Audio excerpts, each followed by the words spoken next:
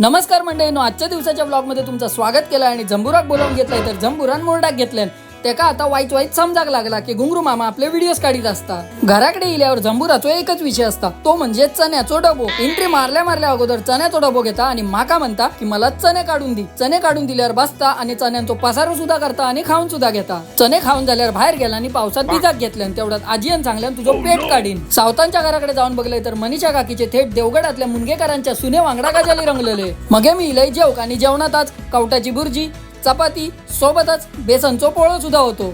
जेवण झाल्यावर दुधाचो टोप पाडलाय आणि दूध गरम करून घेतलंय।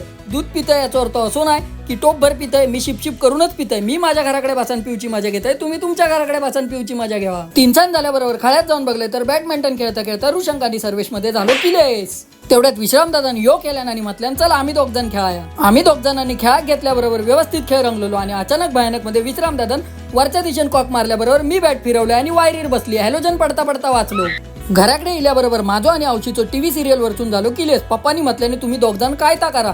मी म्हटलंय माका टीव्ही सिरियल नको, मी आपले व्लॉगच बघतलोय। किलेस झाल्यानंतर म्हटलं आजच्या दिवसापुरती पुरे झाला, आम्ही भेटाय पुढच्या व्लॉग मध्ये। तवसर देवा काळजी।